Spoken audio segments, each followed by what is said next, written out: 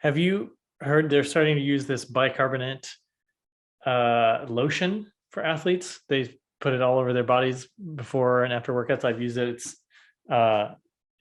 It sort of eliminates that lactic acid burn from the high intensity efforts.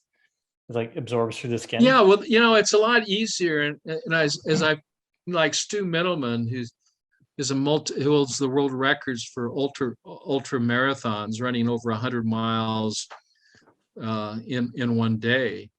But he holds several records, world records, and as I told him, you have to hyperperfuse alkalinity, and so the water has to be very specific. It has to be an ionized water, preferably for a runner up around negative 750 to 850 millivolts at a pH of around 10.5 to 11.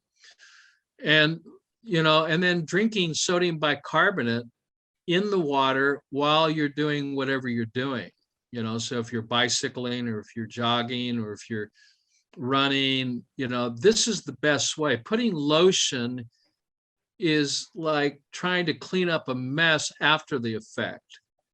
I mean, you want to clean it up at the point, and the point is all waste products of cells dump into the matrix, the interstitium matrix that is compartmentalized and holds acid. And if it can't get rid of it, then it goes into the muscle and into the connective tissue. And that's when you start feeling soreness and pain. If you'll just super perfuse alkalinity in the very thing that the stomach is doing, that's going to reduce hydrochloric acid, and it's going to help neutralize the lactic acid and the uric acid from metabolism as the sodium bicarbonate is being perfused out through hydrostatic pressure from the veins and the arteries out into the interstitium. So I understand, it's kind of like nice try, but that's not really. Why don't you do that before rather than after? Yeah, they put it on generally like 2 hours before. Well, I mean, if you're using the lotion, I would just hydrate with water. That's not plain water. It's alkaline water with the baking soda and the potassium bicarbonate, and infuse that in the interstitium.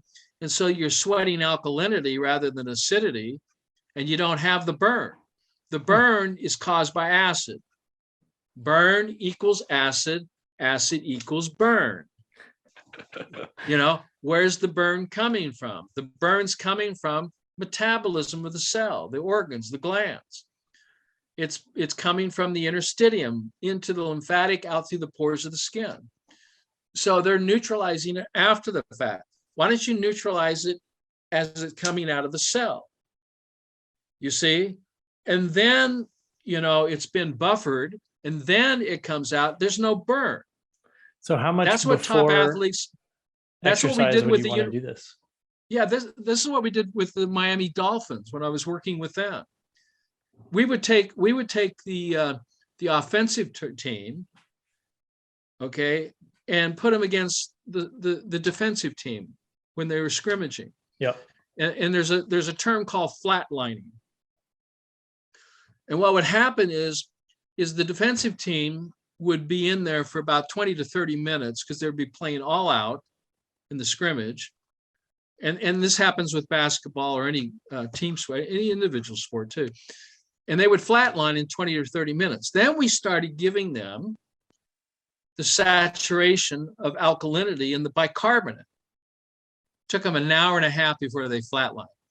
They literally blew the offensive away. They flatlined before the defense. And defense is harder to play than the offense. Okay, so they rotate people. So they had to put in their second string, not this time, or their third string, not this time. First string was in there. They flatlined at 90 minutes rather than 30 minutes because we were hyperperfusing alkalinity into the interstitium. And rather than sweating acid, they're sweating alkalinity. They've already buffered the acid at the point of creation, which is at the cellular level. Were they drinking this before the scrimmage or during? Yeah. Okay. So in the Olympics, in Utah Yeah. in 2001. And in other Olympics after that, an hour to a 2-hour period before they would go into the pool to do a race or run, they would receive an IV of 8.4% sodium bicarbonate, okay, and drip that over a period of time. That would basically, and it's not against the rules to do this. It's not considered blood doping, but it would provide the extra alkalinity. If someone has a problem with you don't do the IV, but they were doing IVs.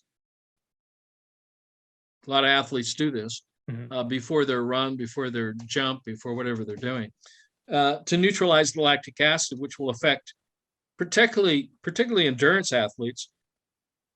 They break down, and it's the lactic acid that's breaking them down. So you have to have this water, this high alkaline water with baking soda in it. You drink it throughout the tennis match. You drink it, during the marathon, and you drink it before, during, and after whatever the sport is, during the break, after the break. But yes, you do this before the race. You do this before the event. Cool. Yeah, interesting. Yeah, I'm excited to try a couple of these things. Well, it's inexpensive too. Yeah. And it's natural. It's nature. It's not some patented drug, that's being prescribed. There's no prescription because you can't prescribe nature. Well, I'm giving you a prescription of 2 apples a day. No, wait a minute.